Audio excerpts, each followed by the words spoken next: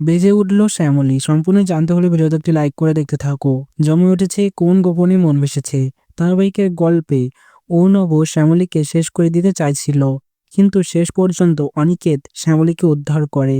সঙ্গে সঙ্গে কান্না কান্না ভাবে অনিকেত সাথে সাথে শ্যামলীকে হসপিটালে নিয়ে চলে যায় এবং ডক্টরে চেক আপ শুরু করে দেয়, চিকিৎসা শুরু করে দেয়। এবার হয়তো বেঁচেই উঠবে শ্যামলী, আর শ্যামলী বেঁচে উঠলে সে তো তদন্ত শুরু করে দেবে যে এটা কার কাজ। অর্ণবর কাজ এটা সে সহজেই বুঝে ফেলবে এবং অর্ণবকে আবারও পুলিশের কাছে দেওয়া হবে।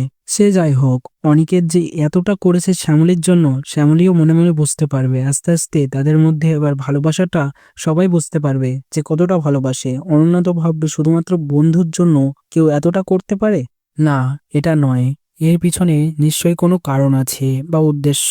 দুজন দুজনের ভালোবাসা এবার হয়তো প্রকাশ পাবে। তোমাদের সেটা কেমন লাগবে তা অতি অবশ্যই কমেন্টসে জানিয়ে এখন সাবস্ক্রাইব করে নাও আমাদের ইউটিউব চ্যানেল। ধন্যবাদ সবাইকে।